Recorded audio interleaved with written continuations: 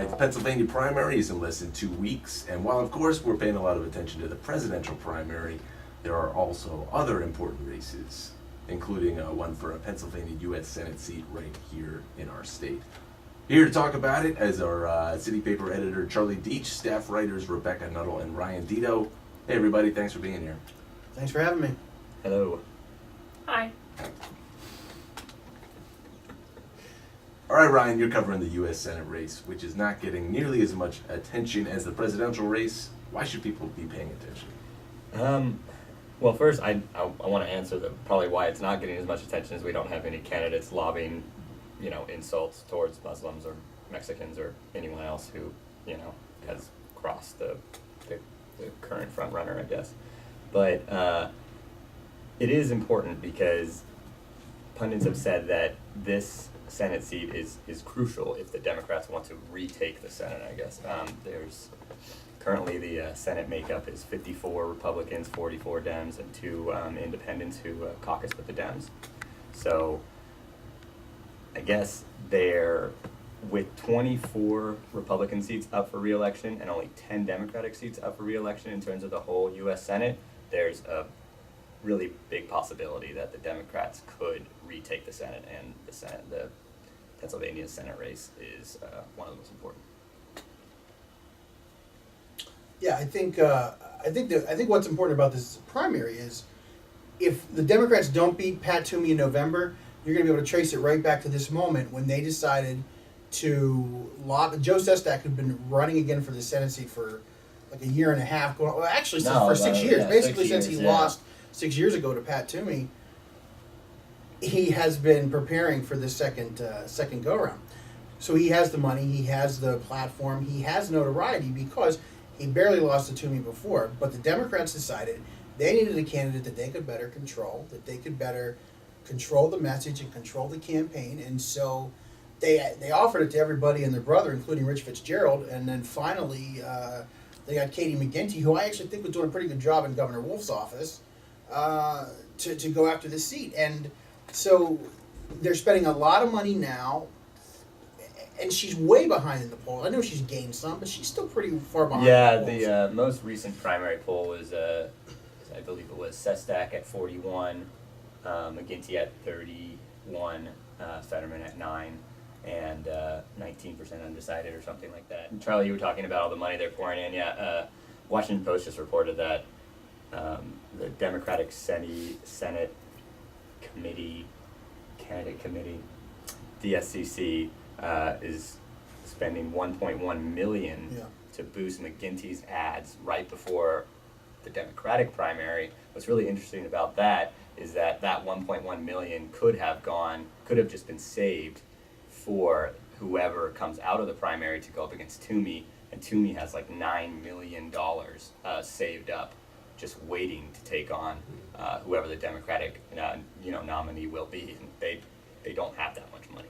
Hey, Ryan, just for a refresher for some of our listeners who might not know, can you just give us a breakdown of who's running, what's going on with their race? Sure. Current Braddock Mayor John Fetterman is running. He's kind of the outsider, the wild card, as some will say. He's been aligning towards Bernie Sanders and trying to, I guess, fit into that style of, off the cuff, very focused on inequality. He really likes to talk about how he actually lives in these, tough towns that a lot of Americans maybe aren't, paying attention to, and he's going up against, Katie McGinty, who is the party favorite. She's received endorsements from President Obama, Vice President Biden, Governor Wolf, Pittsburgh Mayor Peduto, basically anyone who you can think of in the Democratic Party. And she's also been getting a lot of environmental support. Like Charlie said earlier, she was Governor Wolf's former chief of staff.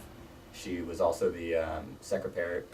She was also the secretary to the Department of Environmental Protection in PA for a while, and now she's handpicked by the Democratic Party to go up against Joe Sestak, who is a former Navy, he's a retired Navy admiral, a former U.S. congressman from Delaware County, PA, and he's basically been running since 2010. He's literally walked the entire state, 422 miles Right, from he's that guy. from end to end. Yeah, if you've seen his news releases or anything about how he's walking through your town, that's him, and he's been I've described him as champing at the bit for a rematch against Toomey basically since he lost. So with McGuinty having all this support within the party, what's going against her in this campaign? What's a challenge for her with all that support? I guess it's really name recognition. I don't think a lot of people knew who she was before she ran, whereas Joe Sestak had, like I said, walked across the whole state, so he's had a little bit more grassroots name recognition. But Joe Sestak, excuse me, Ryan. Joe Sestak is also the guy that knocked Arlen Specter out of the U.S. Senate after decades in the U.S. Senate, and that's how that's how Joe Sestak made his bones, was by kicking the crap out of Arlen Specter when he decided to switch from Republican to Democrat. yeah, to get reelected. Look up that great. It's my favorite campaign video of all time. But the funny thing is, you talked about polls. Sestak was behind Specter by like 20 or 30 points just a few weeks before the election. He had this brilliant ad where it just captured. He took this soundbite of Arlen Specter saying, "My change in party will allow me to get reelected." Very creepy. But it was all part of, he was basically saying, my opponent is trying to paint me as somebody who, they took it perfectly out of context. They couldn't unring that bell, and that's how Sestak became known. He became known as the guy who beat Arlen Specter when the Democratic machine didn't want him to even face Arlen Specter. So he has a long history of discord with the Democratic machine. Oh, absolutely, and I think that's why there's been so much public endorsement and financial support for McGuinty. I don't think the head honchos in the Democratic Party trust Joe Sestak or like Joe Sestak at all, and he's been fighting against that. He's actually starting to embrace that now, but as like he's an anti-establishment kind of. Yeah, I think they candidate. worry about anyone that they think they might have a problem controlling someone. I think that's the problem. Yeah, yeah. All right, Becca. All right, now there's also the race for the Attorney General. Becca, you want to tell us who's running in that primary? So running in the May primary for Attorney General are Northampton District Attorney John Morganelli, our local Allegheny County District Attorney Stephen Zappala, and then Montgomery County Commissioner Josh Shapiro. So we have people from all across the state running for this seat that, like the Senate race, hasn't really been getting as much attention as it should. Yeah, I would actually, I know your article, mentions this too, and I actually agree with it, even though it kind of hurt my feelings because all the Senate coverage I've been doing, I'm like, oh, they're right. But the AG race will probably affect Pennsylvanians individually more than electing the U.S. Senate seat. The U.S. Senate seat really is probably more important nationally because if the Dems win back control of the Senate, that could make it potentially easier to get federal laws passed if the Democrats are also able to take the White House as well. One of the sources I talked to for my story, he said something like, all senators do is they just raise their hands for votes. But, an attorney general has so much more control over things. One thing that I learned about covering another story on some issues that were happening with the Pittsburgh Water and Sewer Authority is that if you have a dispute with a bill that you receive, you actually make your complaint to the state attorney general, and they're supposed to handle it. So they do a lot of those consumer protection issues. It's a big part of their job. So the two front runners in this race so far have been Shapiro and Zappala. Morganelli has been running a much more quiet race, and I think Shapiro and Zappala seem to be the front runners right now. But Zappala actually received some criticism a few weeks ago because his first campaign ad in the election was basically capitalizing on the Black Lives Matter movement. He highlighted what he saw as several victories for African Americans throughout his tenure as district attorney, some things that he has done to address racial profiling and different things like that. But I think we at City Paper, we look back on some of the cases that he's covered, and we found that maybe his record on these issues wasn't as great as he thought. Yeah, one of the cases, unfortunately for Steve Zappala, is one of the reporters that covered the main case that he talked about 15 years ago was me. At that time, I was the only reporter covering that story. I was the old in Pittsburgh News Weekly. And he really went, I was surprised when I saw his press release, and he really went on at length about the John Charmo case. And John, for those that don't know, really quick history. John Charmo was a city housing authority officer who was involved in a high-speed chase with I think it was a 35, 40-year-old African-American man named Jerry Jackson. The chase started, I think, somewhere either in maybe in the Hill or something like that, and then it wound through Oakland. He came into the South Side, and it was a high-speed, dangerous chase. Other officers were also involved, and so for those familiar with the Armstrong Tunnels, which is right there at the end of the 10th Street Bridge, sort of under Duquesne, I guess, Duquesne University, Jackson flies into the tunnel with flat tires. Charmo follows, and Charmo's version of events are that Jackson did a turn, without touching the walls, did a stuntman quality turn in the tunnels on flat tires and was coming back toward Charmo. Charmo then says he opened up opened the window, pulled his gun out, and fired shots and killing Jackson. And that night, city homicide detectives did little to debunk his story, even though the evidence was all right there. Accident reconstructionists were sent away. Homicide took over the case, wouldn't let these people in who could have told the issue, or really got to the bottom of what happened that night. Cyril Wecht ends up doing Cyril Wecht does a coroner's inquest, which at that time, we don't have those anymore, but at that time the coroner could basically call an inquest and he could decide if charges were merited or whatever. So the Jackson case just gets filed away until his mother sues, and the civil attorney for Jackson's mother, Ina Jackson, they find all this evidence, including a videotape that shows, because Jerry Jackson was driving on a flat tire, it shows that he didn't turn. It's believed Charmo sort of spun him out, T-boned up against him, and opened fire with him pinned against the wall. He was completely helpless at that point. And they had a settlement with the city, and Stephen Zappala did bring John Charmo to trial, resulted in a hung jury. Charmo, I think, spent about maybe a year, 8 months in jail awaiting trial, but then he was released on bond. Anyway, at the end of the day, Charmo ends up Jerry Jackson's mother dies. Zappala offers a plea bargain to Charmo, which Charmo would plead guilty to a misdemeanor. He would get out of jail. Turned out, because for time served, he was out. He went in prison in September. He was out by Christmas. So that's the extent of Zappala's involvement here. But if you read his statements, he's claiming that he brought this officer to trial and brought this officer to justice. You ask anybody who knew Jerry Jackson, who followed that case, they'll tell you that justice was not, that there was no justice for Jerry Jackson. And you can read my excellent piece, No Justice in the Dark, on www.charliedeach.com. But it was, and no police officers were ever the subject of a grand jury, and there was obvious mishandling of the case.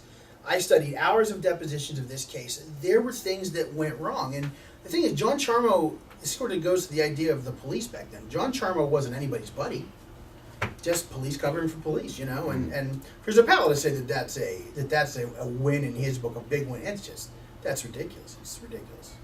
And then a few of the people I talked to for my story also highlighted the more recent case where an African-American man was beaten in the subway by 4 or 5 white men. And only one of the men involved in that case actually will receive any jail time. Right, and this was recently. This was this year or last year. Exactly. And that's minimal. And there was video. During the Kenny Chesney. There was video of the beating. It was...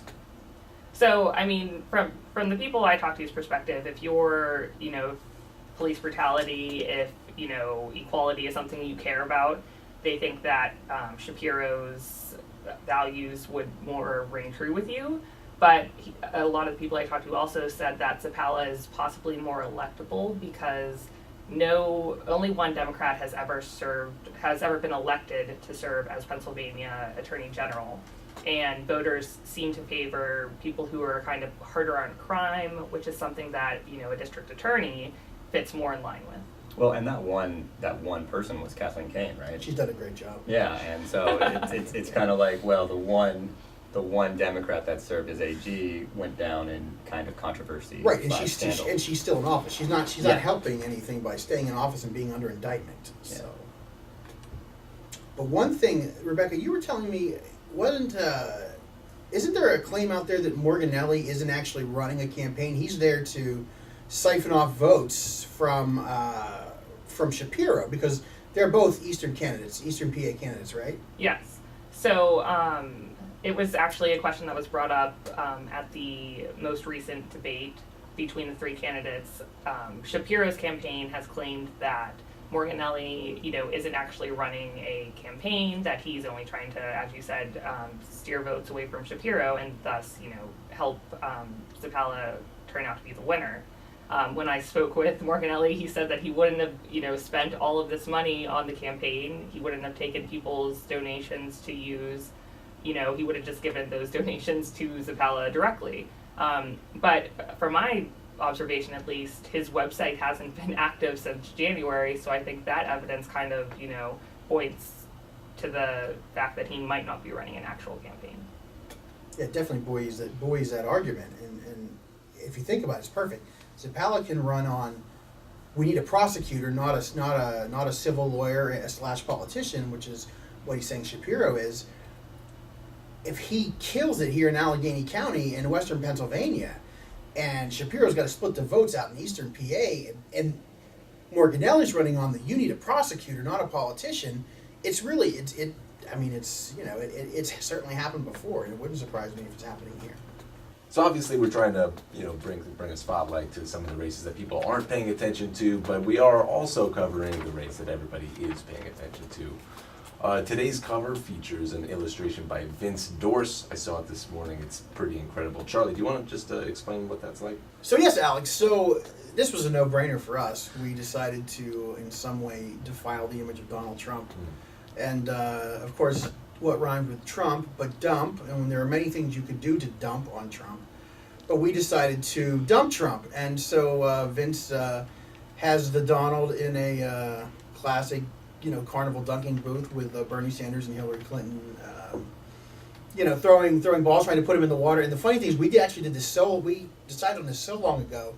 At the time, we weren't sure if Sanders was still going to be in the race by the time it came to Pennsylvania. That's how early we decided on this. And so yeah, it's a fun thing. And I wrote a piece about the five great things of Donald Trump has. I decided to write about the 5 great things that I'm very tired this morning. It's Wednesday. It's horrible. The 5 greatest things that Donald Trump has done for America by running for president, and so I look into some of those things, and I think at the end of the day he'll be considered an American hero, like your Paul Bunyans or your Tony Sopranos, and I think that people are going to sing his praises from the mountaintops. If I'm not being honest, like Captain Von Trapp. Is that Sound of Music reference there? That is a Sound of Music reference. Well, not in my wheelhouse. I thought it was, but then I just thought I also thought you were going for a Donald Trump. Donald Trump. Oh, hashtag make Donald Trump. That's we could make those. You should make those T-shirts and try and sell them outside tomorrow. Because the Donald is. When I say tomorrow, I mean today. Let me go Magic of radio. Back in time. Oh, man. You'll be doing this. I can be the news. You call me Morty McFly. we need like city paper outtake reels. Yeah. This will make the video, I'm sure. Anyway, Donald Trump. You should sell Drumpf T-shirts tonight outside of the convention center. Yeah, I'll just get those made in one day, Charlie. You could do that. No, there are places. I know a guy who knows a guy, and we can get those done. It'll just be me writing in like black magic marker and That would like sell. Really not shaped well. If you put a Confederate flag on there, they would go like hotcakes. Can we talk Trump. about why northern states, some people have Confederate flags hung up? Maybe we'll save that for another show. Okay, Mm. it's so confusing to me. I don't understand. What, did you see one recently? Oh, all the time. You'd see some in Pennsylvania, Ohio. Yeah, there was a time that it sort of it was cut a little, but yeah, people took them down for a half a minute, but now Yeah. they're back. And I have a quick story. I don't know if this will make it, but I work. Let's just say I used to work at a movie theater, and we have a marquee like you do at a movie theater. And certain days you have to change all the letters. You have to change the movies that were playing or whatever. You have this big long pole, and it's like on a suction cup, and you gotta grab the letters off. Yeah. It's a real pain in the ass. It's not fun at all. So we were playing E.T., and so it was E.T. and I got the first period off kind of without much trouble, but the second one was incredibly difficult because it's a very thin, you know what I mean? It's like Mhm. a very thin one. It's like smaller than the suction cup. It's a real pain in the ass. Okay. So it was St. Patty's Day, and I was trying as hard as I could to get this thing off, and it kept kind of going sideways. It was really a real pain in the ass. It was like 5 minutes of me just like pushing this thing. Trying to put a from period left. on a marquee, pretty much. Well, no, I was trying to get it off. Oh, okay. Anyway, so I'm going back and forth, and I hear this voice behind me say, "He's pushing that dot around for St. Patty's Day?" And I said, "What?" And he said, "Are you pushing that dot around to celebrate St. Patty's Day?" Pushing the dot around to celebrate St. Patty's Day. And I had no idea what to say, so I was just like, "Sure, man, whatever." And then he walked away, and jean jacket, big old Confederate flag on his back. Oh man. Yeah, Butler Street. I did not see that coming. Yeah. That's very unexpected. Yeah. racists are everywhere, Alex. And it's a sad commentary on our society. And some Wednesday mornings it makes me not want to get out of bed, I but know. today I did. I Gotta get faced over it the and hump. I got Yeah. up. And all the racists Gotta will get be back in time, coming too. to the convention center Yeah, tonight. tonight at the convention center. Well, no, remember there's two events, so they'll be spread across all of Pittsburgh. Pittsburgh. Sorry. Ryan has really embraced the Pittsburgh recently. I think I have been, not really intentionally. It's just easier to say. I think you started it intentionally. Now it's unintentional. Mhm. But either way, some of us would like to intentionally inflict harm upon you for saying it that way. And I'm getting the wrap it up sign from our producer. But I'm going to ignore it. All right. Yeah. Do you want me to go to the last one? So, Just say thank you. All right. Thanks, everybody. Thank you, thanks for having us. Thanks. Drunk Trump. Hashtag. Classic Wednesday.